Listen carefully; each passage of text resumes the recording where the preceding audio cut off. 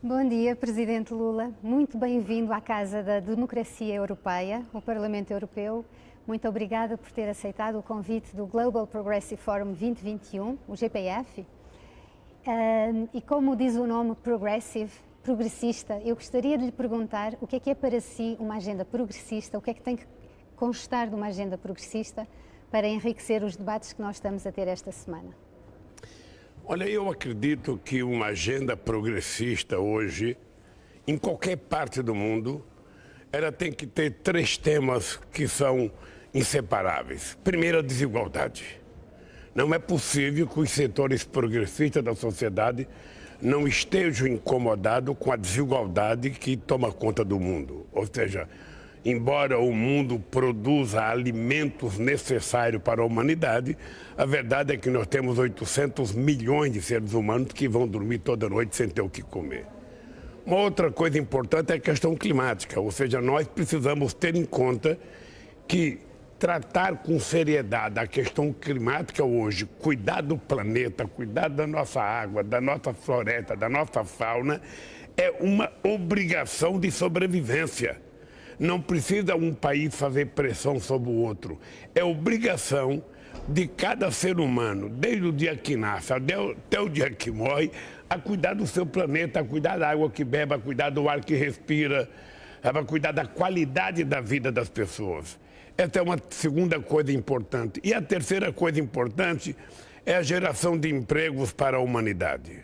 Ou seja, nessa loucura digital, sabe, que o século XXI está nos proporcionando, é preciso que a gente discuta como nós vamos gerar emprego para atender aos milhões e milhões e milhões de jovens que todo dia atingem idade para trabalhar e que não têm emprego, passam a perder a esperança e vão ficando desesperados. Eu acho que são três assuntos que nós temos que resolver: desigualdade, clima e emprego, para fazer a humanidade voltar a viver de forma civilizada, tranquila e pacífica. E qual é o papel que vê o Brasil ter neste debate?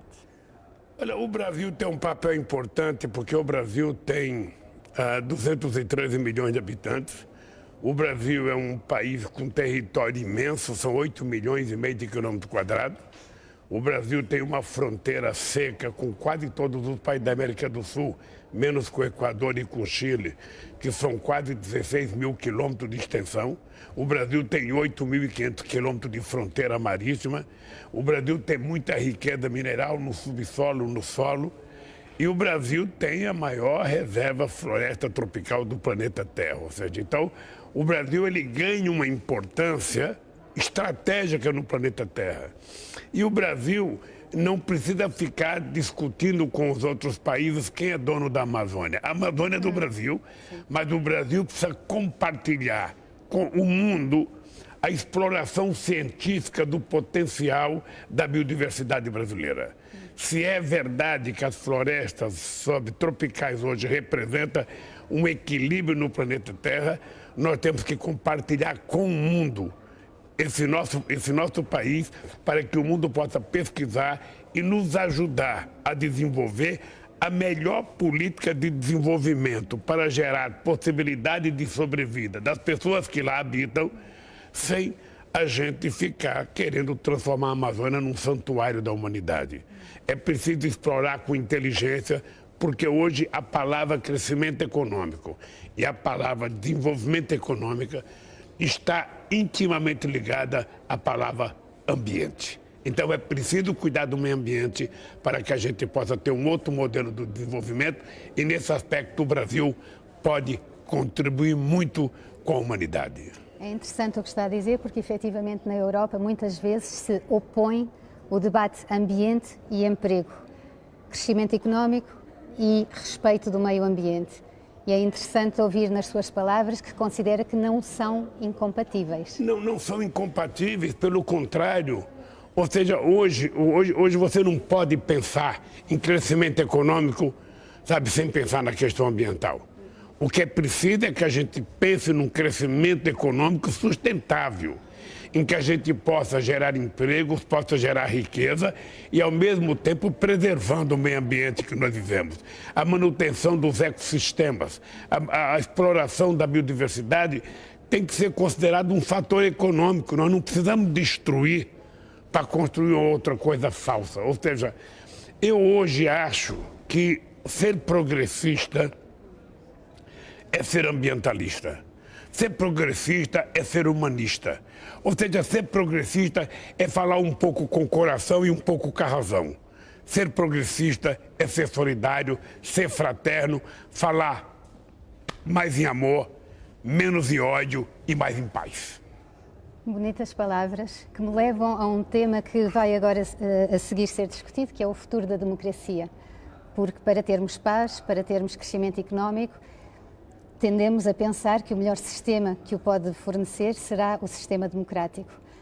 Qual é a sua opinião sobre o estado da democracia na América Latina, no seu próprio país, mas também olhando para nós na Europa e para o resto do mundo? Qual é a sua impressão? Eu posso olhar na minha vida política para falar de democracia.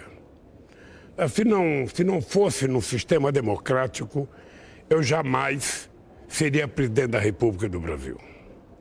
Se não fosse na democracia, jamais um índio como Evo Morales chegaria à presidência da Bolívia.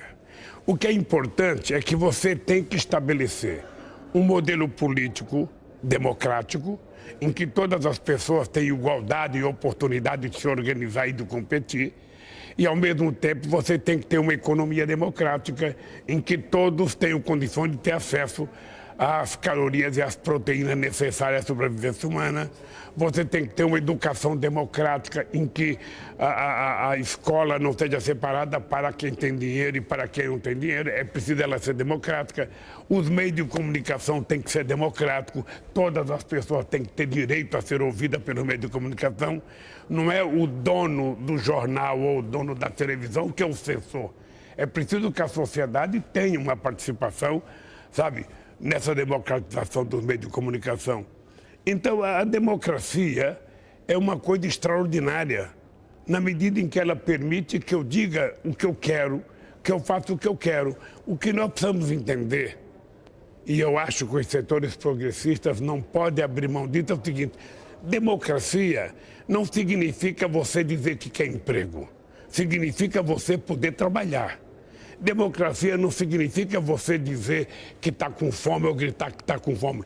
Significa você comer. Democracia não significa dizer que você tem direito a estar numa escola boa.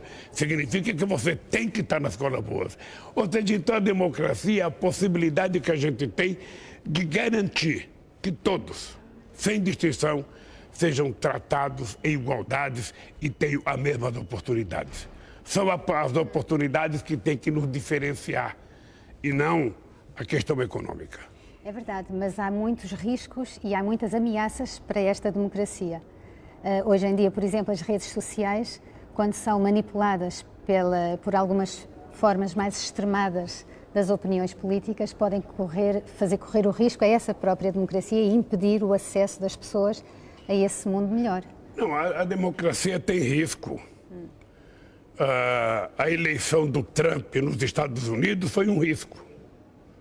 Ou seja, todo mundo sabe que a eleição do Trump se deveu à construção de um processo de mentiras veiculado pelas redes sociais, que a gente não pode chamar de rede social.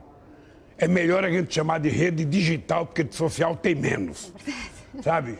Tem muita coisa que não é social nas redes sociais. No Brasil, nós temos um presidente que conta 5 mentiras por dia através das redes sociais. Então, eu acho, mas isso não nega a democracia. Isso só nos alimenta da necessidade de vivermos mais democraticamente, porque nós vamos ter que regulamentar as redes sociais, nós vamos ter que regulamentar a internet, vamos ter que colocar um parâmetro. Uma coisa é você utilizar o meio de comunicação para você informar, para você educar. Outra coisa é para fazer maldade. Outra coisa é para contar mentiras. Outra coisa é para causar prejuízo à sociedade. Não. Você não vai utilizar um meio de comunicação como a internet, que possibilita que todos tenham acesso a informações como jamais tivemos na vida. Ou seja, a gente não pode permitir que seja utilizado uma revolução como essa, sabe, da digitalização da sociedade, por mal. Ou seja, eu não quero ser algoritmo. Eu quero continuar sendo ser humano. Eu não quero ser teleguiado. Eu quero ter sentimentos. Eu quero decidir o que eu faço, eu quero decidir o que eu compro, eu quero decidir o que eu voto. E isso nós precisamos regulamentar, para que alguns espertos e maldosos não tentem virar dono da humanidade através da manipulação de algoritmos. Então, a autorregulação dos atores económicos, e especialmente no mundo digital, é uma quimera, é um sonho. Eu acho que é um sonho, não, é uma busca que nós temos que fazer. Hoje, por exemplo, você tem o pessoal, sabe, que são os donos dos aplicativos no mundo inteiro, não pagam nem imposto, estão quase todos em paraísos fiscais. Ganha uma fortuna e não paga sequer imposto em nenhum estado. Não paga no Brasil, não paga na Espanha, não paga na Itália, não paga na África do Sul. Ou seja, não é possível. Essa gente tem que ter responsabilidade. E essa gente precisa ter responsabilidade para não permitir que a maldade seja veiculada para causar mal às pessoas. Você pega a internet e você vê pessoas orientando a outra para se matar. Você pega ensinando a fazer muitas maldades, que isso tem que ser proibida. E os donos dos aplicativos é que tem que tomar conta disso. Portanto, eu acho que a esquerda não tem que ter medo de debater sistemas, por mais difíceis que eles pareçam. A solução é o debate. E a solução é a saída democrática. Estamos na mesma linha, aliás, os debates que temos feito até agora assim o indicam. Para terminar esta nossa conversa, gostava de lhe perguntar, porque o mote do GPF 2021 este ano é: se o podemos sonhar, podemos fazê-lo. No seu caso, que é um humanista total, qual é o seu sonho? Não um sonho genérico, mas concretamente para os próximos 10, 15 anos. Que sonho ou que sonhos tem para si, para o seu país, para o mundo?